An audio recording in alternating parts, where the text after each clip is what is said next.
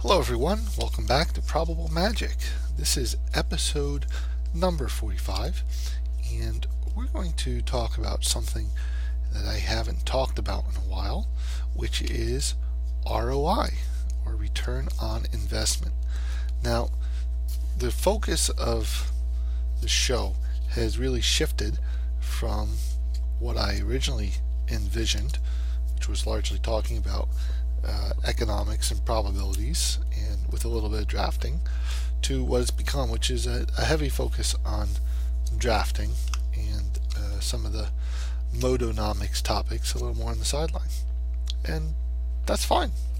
That's where the viewer interest has laid more, and I've really enjoyed doing the shows about drafting. And just as an aside, it's helped my draft game from several perspectives. One, when you're talking about things and trying to comment on them, it does slow your play down a little bit, and just saying it out loud sometimes forces you to think about it a little more, which can be beneficial until you go to the extreme where I found myself a couple times of talking so much that you time yourself out. Then it's not so helpful. But then on the second point, some of the comments I've received from posting the videos, which is very helpful.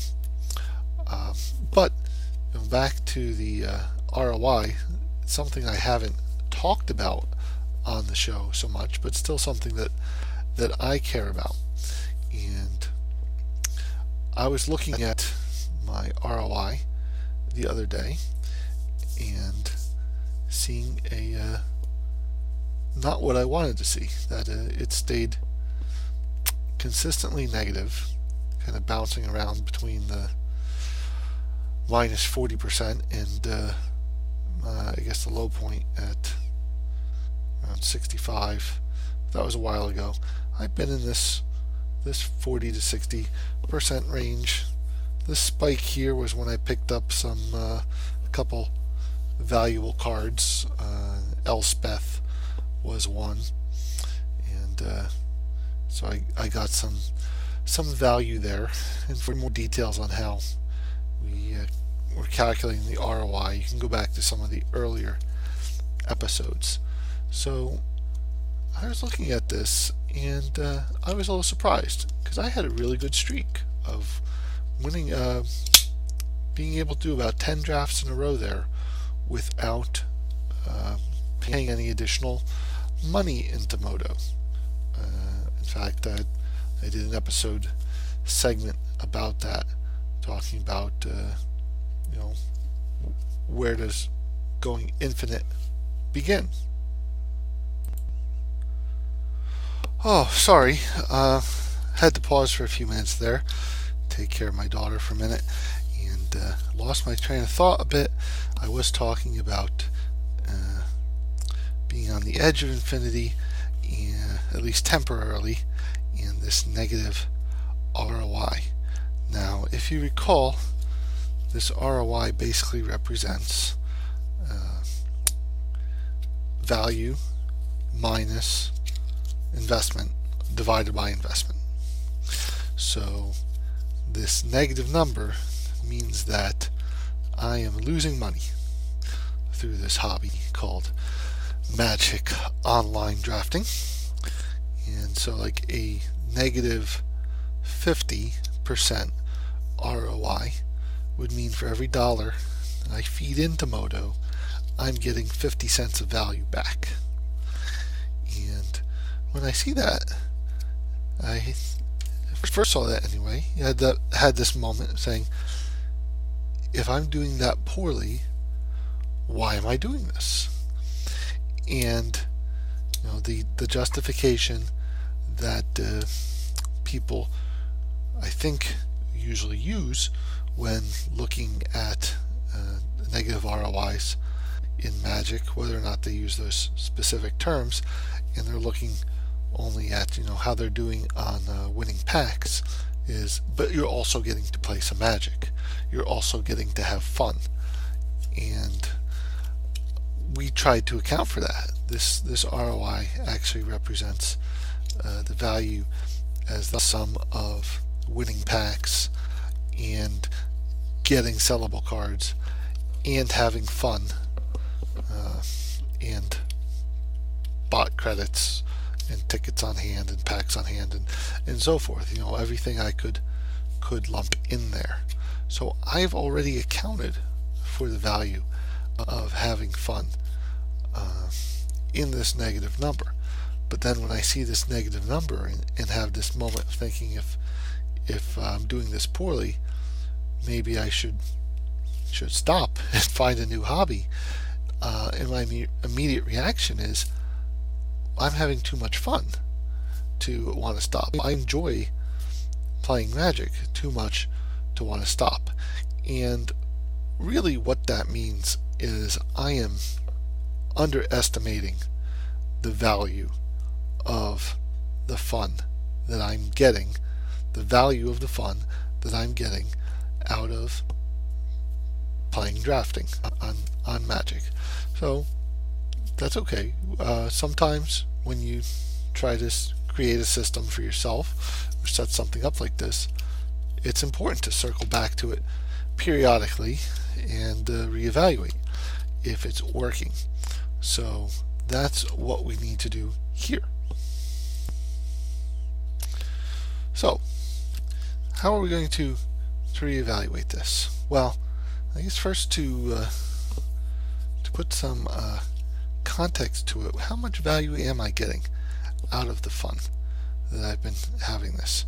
Well, you can look at my draft log and see that since I've started under the Probable Magic account, I have done 34 drafts of different formats, Theros and M14 and Ravnica block, even a cube. The first couple weren't recorded. Then I started recording pretty much all of them. So 34 drafts, and I guess one way you could approach this would be to ask yourself, if someone offered you the opportunity to play 34 drafts and you didn't get to keep the cards and you didn't get to win any packs, there's like phantom events with no prizes, but just pay a lump sum, you get to do 34 drafts just for the fun of drafting. That's,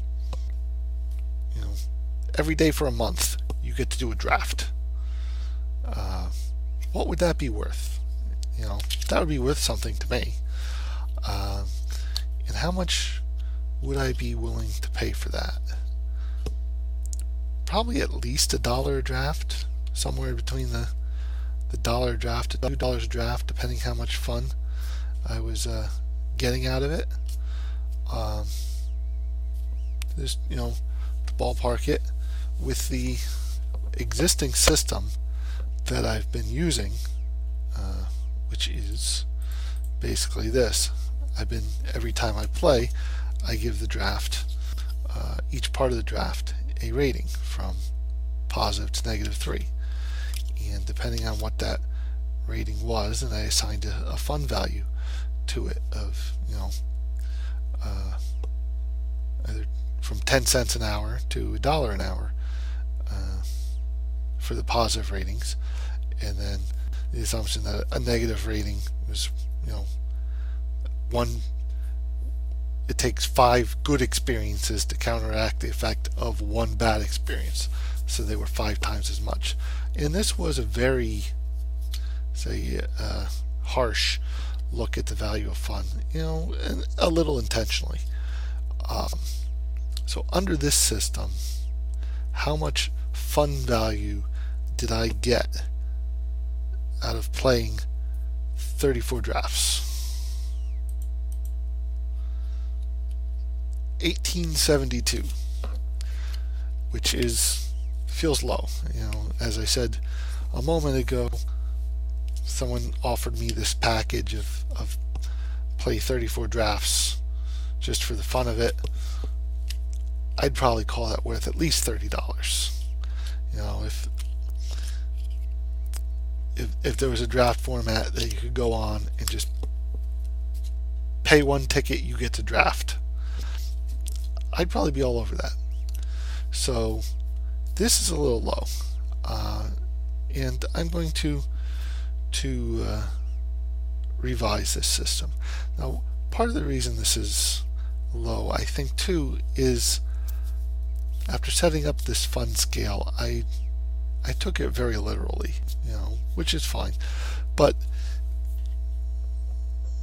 you know, I actually keep track of the times that I spent in a round, and some of this, you know, from this last draft that I had 3 of the segments, the draft being one of them, I gave a 1 at the 10 cents an hour, and one that was a 2.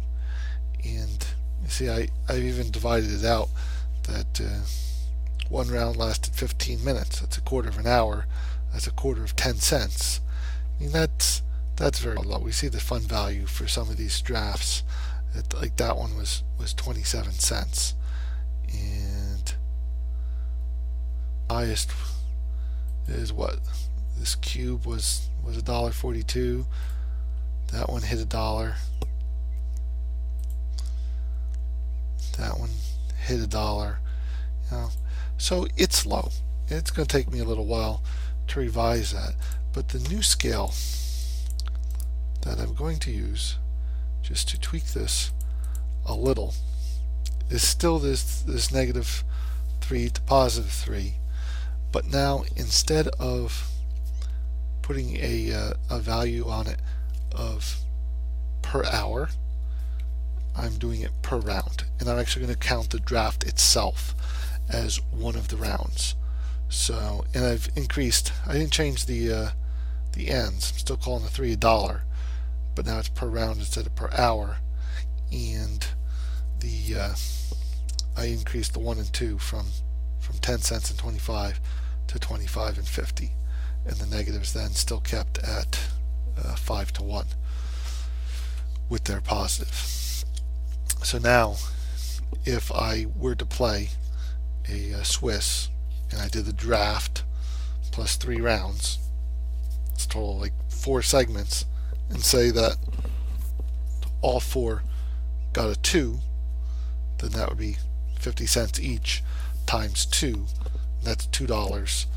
That's the ticket cost of the draft. So that's the new system I'm going to be converting over to. I am actually going to go back and reevaluate all these under this new system and see how it improves the ROI. And so this has been Probable Magic. That's my ranting for tonight, and we're going to do a draft. It's going to be a Theros. What's it going to be in Theros?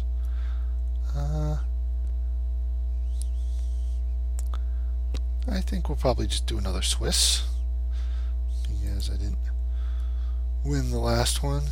Yeah. 3. Yeah, I think we're still kind of